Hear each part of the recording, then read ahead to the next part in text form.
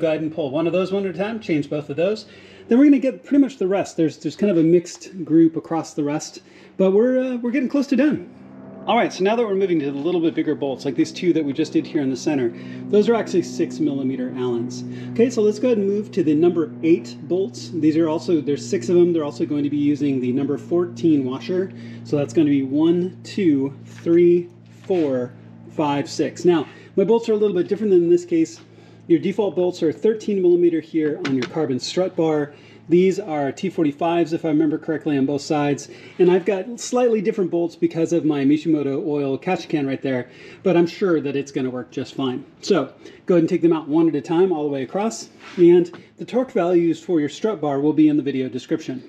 All right, so with the last bolt right back here being a 26 with a size 14 washer, it's a very big washer for that bolt, so I try very hard to make sure the washer is centered when I sink the bolt down, but I pretty much do that on everything. I do my best to try to make sure the washers are centered because it looks the best that way.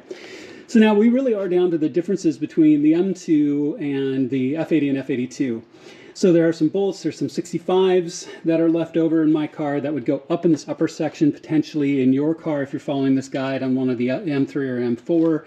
I don't have them. So I'm pretty much done at this point, and I'm really impressed. This looks really good.